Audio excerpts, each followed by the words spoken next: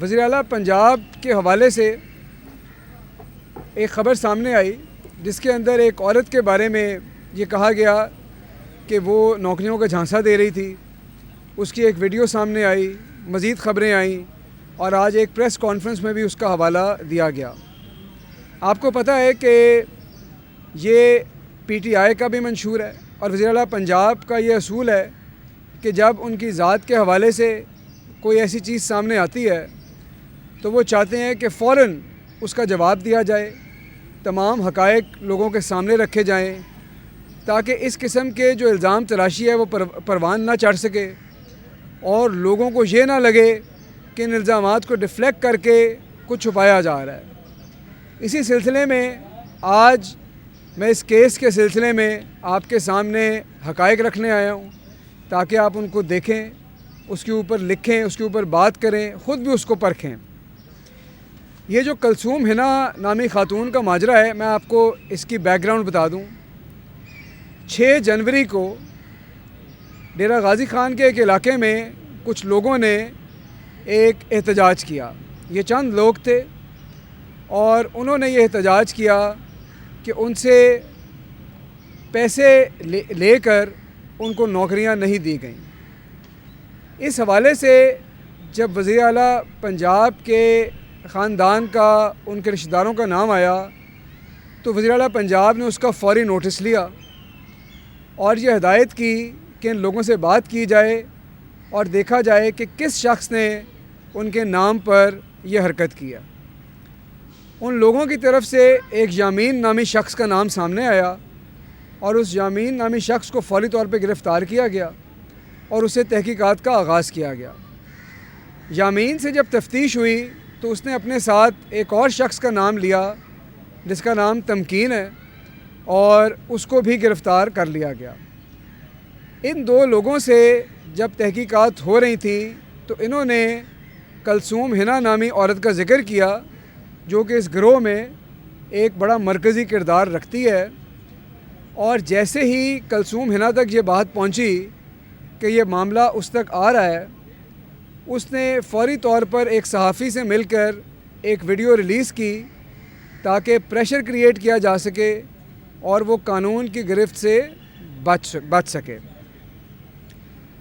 کلثوم حنا کے گھر پہ چھاپا مارا گیا اور وہاں سے بڑی تعداد میں جعلی پوسٹنگ آرڈر, ٹرانسفر آرڈر پکڑے گئے اور بہت بڑی تعداد میں جو جعلی سٹیمپس تھیں وہ بھی پکڑی گئیں اور کلثوم حنا کو بھی گرفتار کیا گیا. کلثوم حنا کے بارے میں جب تفتیش ہوئی تو پتہ چلا کہ وہ آج یا کل سے یہ کام نہیں کر رہی. جو سب سے پرانی اس کے بارے میں شکایت ہے وہ 2008 سے چلی آ رہی ہے. 2008 میں بھی اس کا اسی قسم کا ایک کیس آیا سامنے, 2010 میں بھی آیا, 12 میں بھی آیا, کہیں سیٹلمنٹ اس نے کی, کہیں کچھ اور کیا, اور 2018 میں جب عبوری حکومت تھی, ابھی پی ٹی آئی کی حکومت نہیں آئی تھی, تب بھی اس کے اوپر 1.5 کروڑ روپے کا ایک کیس بنا اور اس نے پھر اس میں سے کوئی لے دے کے اپنی جان چھڑائی.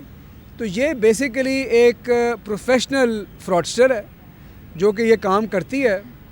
اور ایک بات خود بھی سمجھنے والی ہے کہ کیونکہ اس کی دسترس نہیں تھی, کیونکہ اس کی پہنچ نہیں تھی, اس لیے لوگوں سے پیسے پکڑ کے یہ جعلی آرڈر بناتی تھی. اور جعلی آرڈروں کا ذکر آپ نے اور بھی جگہ سنا ہے. تو جعلی آرڈر وہ لوگ کرتے ہیں جن کی پہنچ نہ ہو, جن کی پہنچ ہوتی ہے وہ جعلی آرڈر نہیں نکالتے, وہ اصلی آرڈرز کی بات کرتے ہیں. تو یہ ایک افسوسناک بات تھی. اس کے بعد یہ تحقیقات بڑھی ہیں اور 61, یہ میں اس کے بعد ٹویٹ کروں گا تاکہ آپ تک آ جائیں یہ چیزیں, یہ ڈاکومنٹ میں بھجوا بھی دوں گا. 61 لوگوں کے کلیم سامنے آئے ہیں اور ان تمام لوگوں نے نام لیا ہے یامین کا اور کلثوم حنا کا اور اس کے علاوہ عابد کا اور ایک شخص غلام شبیر کا, جن کے خلاف مقدمے کا اندراج ہوا ہے. کلثوم حنا کے حوالے سے جو متاثرین اور ان کے کلیمز ہیں یہ بھی 45 لوگ ہیں جن کی لسٹ موجود ہے اور یہ انشاءاللہ ہم آپ سے شیئر کر دیں گے تاکہ آپ اس میں دیکھ سکیں.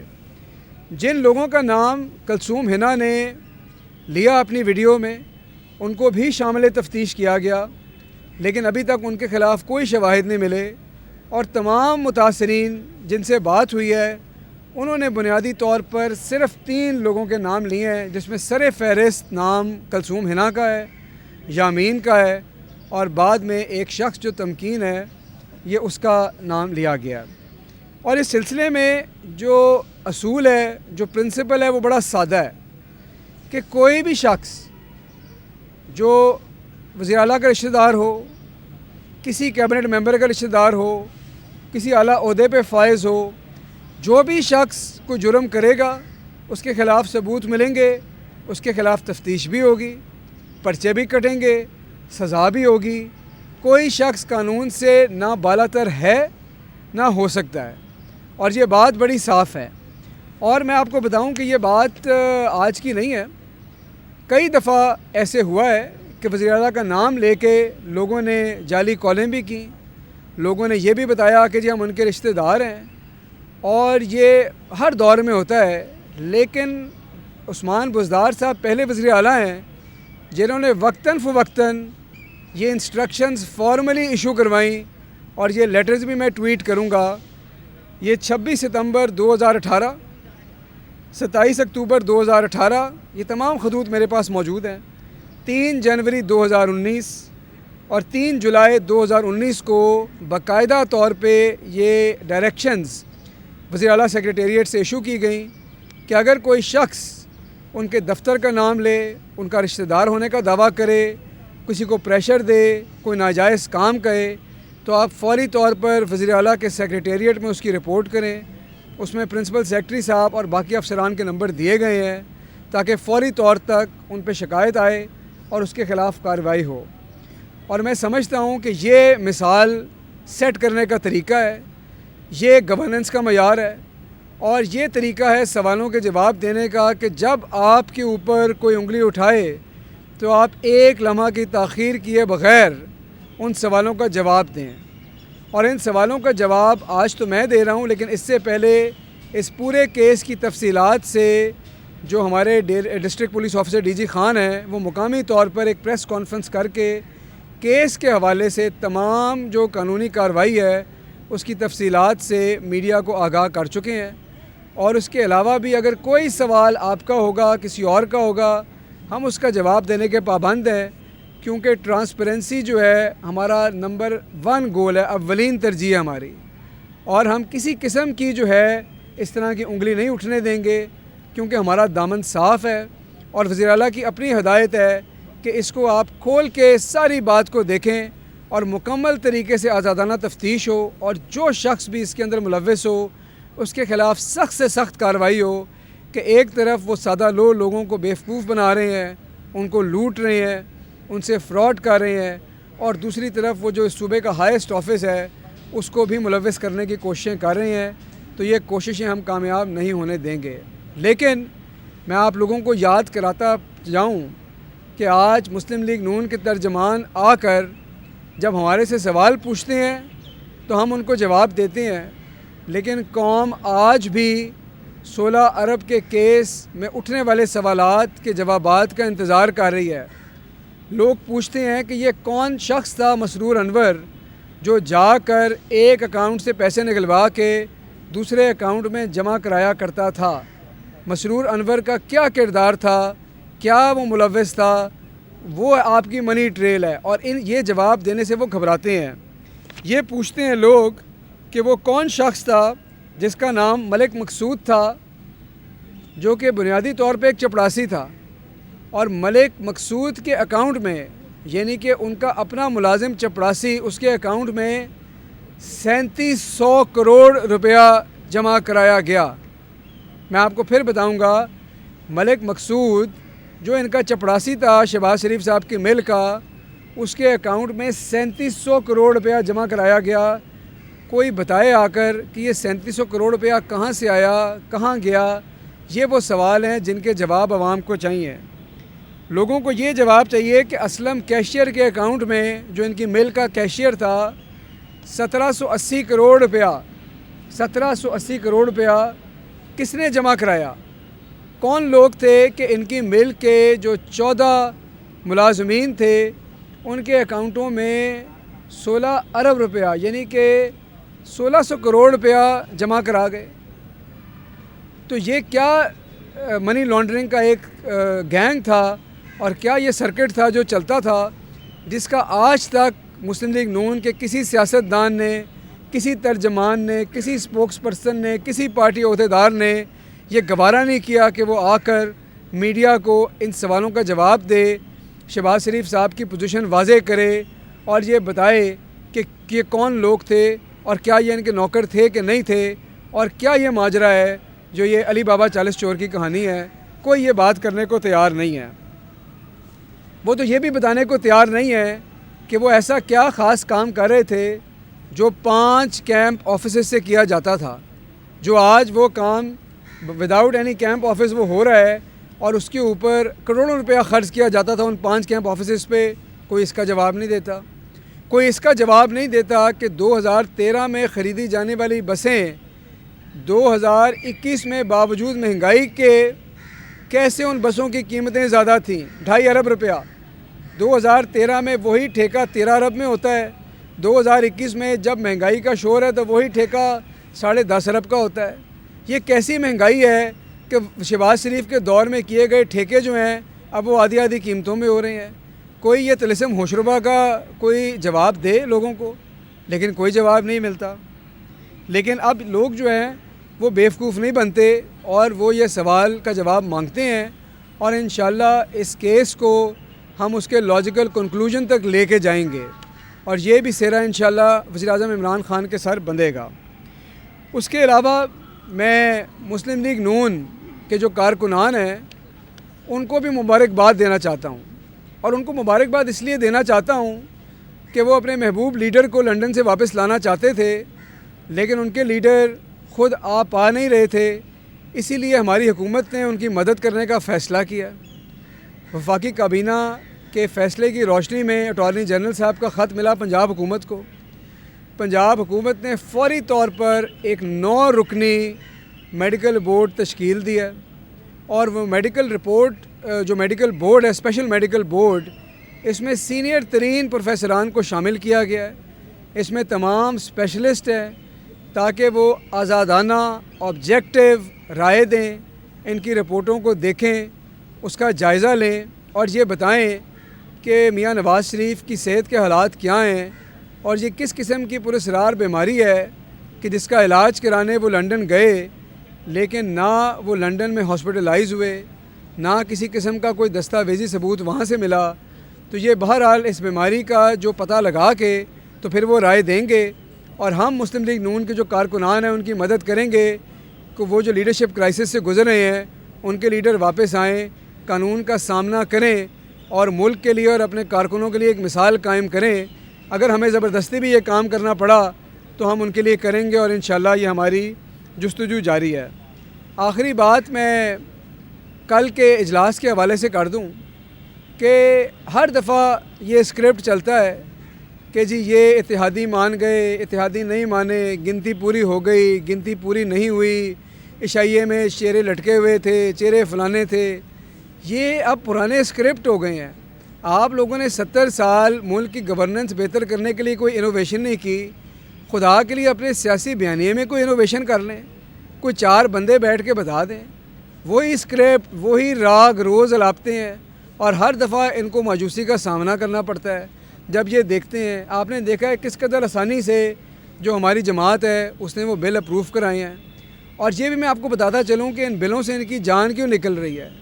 کیا وجہ ہے کہ یہ سیلز ٹیکس ایگزیمپشن ختم کرنے پہ شور مچا رہے ہیں؟ اپنی حکومتوں میں یہ لابیز کو نوازتے آئے ہیں، عوام کے لیے یہ ٹیکس کا ایک ریٹ رکھنا چاہتے تھے اور اپنے من پسند لوگوں کے لیے ٹیکس کا دوسرا ریٹ رکھنا چاہتے تھے۔ اب جب ان کے ایگزیمپشن ختم ہو رہی ہیں تو ان کی چیخیں نکل رہی ہیں، اور یہ چیخیں آسمان تک جا رہی ہیں، اور جب ان کو یہ بتاتے ہیں کہ یہ نئے ٹیکس نہیں ہے، اس میں 280 ارب کی تو ایڈجسٹمنٹ ہے، تو وہ بھولے بن جاتے ہیں کہ اس کا مطلب کیا ہے۔ اس کا مطلب ہے کہ اکانومی کو ڈاکومنٹ کیا جا رہا ہے۔ آپ بلیک اکانومی چلانا چاہتے ہیں، ہم اکانومی کو ڈاکومنٹ کرنا چاہتے ہیں تاکہ ہر چیز دستاویزاتی شکل میں آئے، تاکہ آپ لوگ جو ہیں عوام پہ ٹیکس کا بوجھ نہ بنے۔ تو جب اکانومی کو ڈاکومنٹ کریں گے تو وہ لوگ جو اکانومی کو گرے میں رکھنا چاہتے ہیں وہ تو چیخیں ماریں گے، اور یہ آپ کو پتہ ہے کہ اس میں کون سی لابیاں ملوث ہیں۔ 15 سے 20 کھرب روپے کی اس ملک میں سیل ہوتی ہے، اس میں سے صرف 3.5 خرب جو ہے وہ ڈاکومنٹ ہوتا ہے، باقی آپ کے 5 حصے جو ہیں 80% اکانومی کو تو آپ ڈاکومنٹ ہونے نہیں دیتے، اور یہ اب ہم کرنے جا رہے ہیں۔ جب اداروں کو خود مختار بنانے جاتے ہیں تو ان کی چیخیں نکلتی ہیں، کیا وجہ ہے، کیوں یہ بہتان لگاتے ہیں؟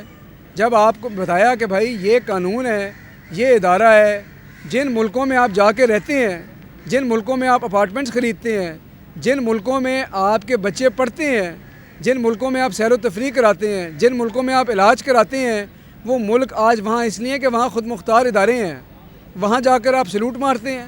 ادھر آ کے آپ چاہتے ہیں کہ آپ کے ملک کے ادارے 18ویں صدی میں رہیں، آپ کے ملک کے ادارے آپ کی انگلیوں کے اشارے پہ ناچتے رہیں۔ یہ آپ اپنے ملک کے ساتھ کرتے ہیں، اور آج عمران خان آپ کے ملک کے اداروں کو خود مختار بنانا چاہتا ہے تو آپ لوگوں کی چاہو پکار ختم نہیں ہو رہی۔ آپ چاہتے ہیں کہ آپ کا ملک دنیا زندگی بھر 3rd ورلڈ کنٹری رہے، تاکہ آپ لوگ جا کر وہاں پہ لنڈن میں اپارٹمنٹس بنائیں۔ آپ نہیں چاہتے کہ پاکستان ترقی کرے، آپ چاہتے نہیں کہ ادارہ سازی ہو، آپ چاہتے نہیں ہیں کہ ہماری پالیسیز اٹونومس ہوں، آپ ملک کو قرض کی دلدل سے نکالنا نہیں چاہتے۔ آج اس ملک کو ٹیکس بڑھانے کے اوپر آپ کرٹیسزم کر رہے ہیں، آپ نے ٹیکس بڑھایا نہیں، قرضے لے لے کر آپ نے عوام کا جو ہے اوپر بوجھ ڈالا۔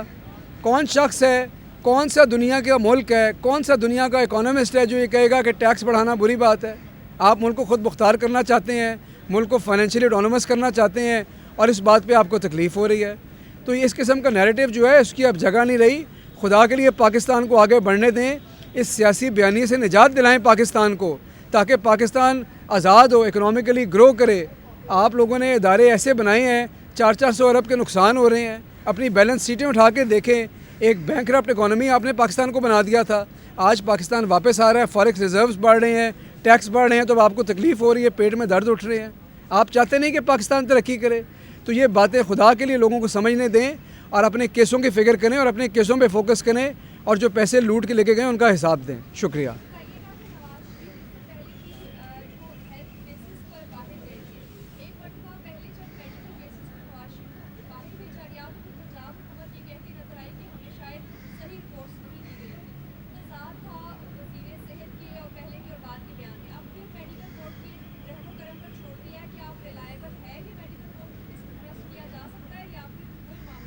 دیکھیں، میڈیکل بورڈ پہ ٹرسٹ کیا جا سکتا ہے کہ نہیں، اسی وجہ سے 9 رکنی بورڈ بنایا گیا ہے۔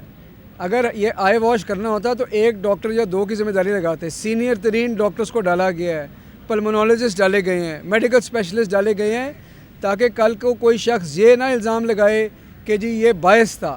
ایسا میڈیکل بورڈ ہے کہ تمام ایکسپرٹیز شامل ہے، وہ خود میڈیکل رپورٹس کو دیکھے اور ایک آبجیکٹیو رائے سامنے دے، اور یہ بڑے قابل قدر قابل عزت ڈاکٹرز ہیں۔ یہ کوئی جونیئر ڈاکٹرز کا بورڈ نہیں بنایا، اس لیے اتنا بڑا بورڈ بنایا ہے تاکہ آبجیکٹیولی اس کی انکوائری کرے اور ہر چیز امپارشلی ہو، تاکہ عوام کو بھی پتہ چلے، ان کو بھی پتہ چلے، اور جو دودھ کا دودھ اور پانی کا پانی ہے وہ کر کے لوگوں کے سامنے رکھیں۔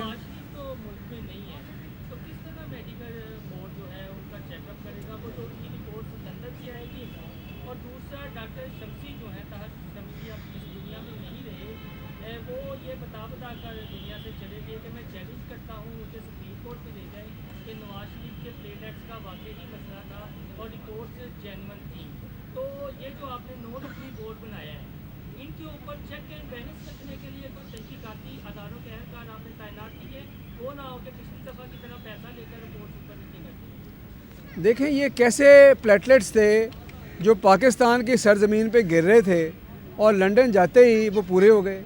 دیکھیں، یہ تو وہ سوال ہیں جو عام لوگوں کے ذہن میں اٹھتے ہیں۔ اس وقت کی رپورٹیں دیکھ کے فیصلہ کیا گیا، لیکن یہ کوئی جادو کے پلیٹلیٹس تھے؟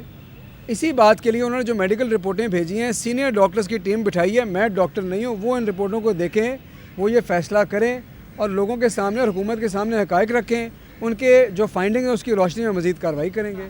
جی، انہوں کی آواز زیادہ اونچی ہے۔ ہاں جی،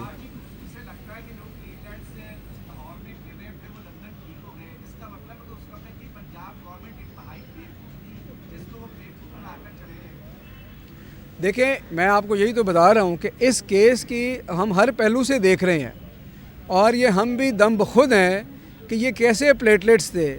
یہ پلیٹلیٹس جو تھے پاکستان میں پلیٹلیٹ سرکاری خزانے کی طرح تھے، جس کو وہ گراتے چلے گئے، اور لنڈن میں جا کے ان کے پلیٹلیٹس ان کے اپنے اکاؤنٹ بن گئے جو کہ آسمان سے باتیں کر رہے ہیں۔ یہ دیکھیں گے نا آپ۔ یہ بتائیں کہ کلثوم ہنا جس خاتون کا نام آ رہا ہے اس کے گھر سے 3 کروڑ روپیہ ریکور ہوا ہے اور سی ایم پنجاب پچھلے 3.5 سال میں مختلف 3.5 سال کے عرصے کے دوران اپنے 2-3 عزیزوں پلانٹ کے حوالے سے کیٹاگوری کے لیے بات بھی آتی ہے کہ آج کے بات کرتے ہیں کہ جناب ان سے ان کا کوئی تعلق نہیں. یہ جو ریکٹ بنا ہے ڈیرا غازی خان میں مسلم لیگ نون کو بہت بڑا کلیم کر رہی ہے 47 کروڑ روپے کی کر رہی ہے لیکن 13 کروڑ تک یہ بات آتی ہے 3 کروڑ ریکور ہوا ہے. اس میں کون سے ایسے ٹیچر موجود ہیں جنہوں نے پچھلے 3.5 سال ٹرانسفر پوسٹنگ کی سی ایم کا نام استعمال کیا, پولیس کے اندر ٹرانسفر پوسٹنگ میں سی ایم کا نام آتا رہا, ڈی ایم جی میں ٹرانسفر پوسٹنگ میں سی ایم کا نام, یہ کون لوگ ہیں؟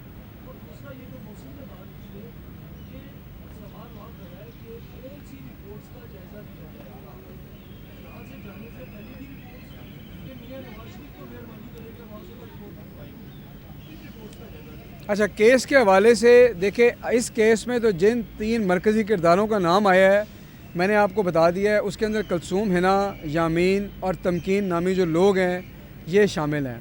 اس کے علاوہ تحقیقات یہ تمام جو متاثرین 61 لوگ ان سے بھی بات کی جا رہی ہے.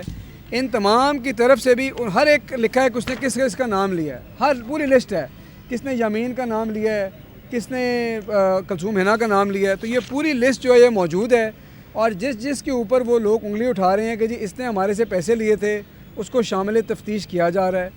یہ ہوتا ہے. دیکھیں, جب آپ کا ایک ہائیسٹ آفس ہے اگر کوئی اس کا نام لے گا تو لوگ فائدہ اٹھا سکتے ہیں. اسی لیے بارہا آفیشیل ڈائریکٹیو ایشو کیے گئے وزیر اعلیٰ کے دفتر سے کہ اگر کوئی شخص یہ ان کا نام لے تو نہ صرف آپ یقین نہ کریں بلکہ نمبروں پہ رپورٹ کریں اور جو شخص یہ کرے گا اس کے خلاف کارروائی ہوگی. پہلے بھی اس کو اسی طرح سختی سے ڈیل کیا گیا ہے, اس دفعہ بھی اس کو اسی طرح سختی سے ڈیل کیا جائے گا. جی, آخری سوال آپ نے جو بات کیا ہے, جی نواز شریف صاحب, دیکھیں یہ وہ رپورٹس ہیں جو وہاں سے وہ جمع کراتے رہے ہیں. وہ رپورٹ 7 میڈیکل بورڈز کو دی گئی ہیں اور آخری رپورٹ جولائی کی تاریخ پہ ہے جو کہ اگست میں آئی تھی. یہ تمام رپورٹیں میڈیکل بورڈ کو دی جا رہی ہیں کہ وہ سب سے پہلے ان کو ایگزامن کریں, باقی جو ایویڈنس ان کے پاس ہے اس کو دیکھیں اور اس کی بیس پہ اپنی رائے دیں. شکریہ.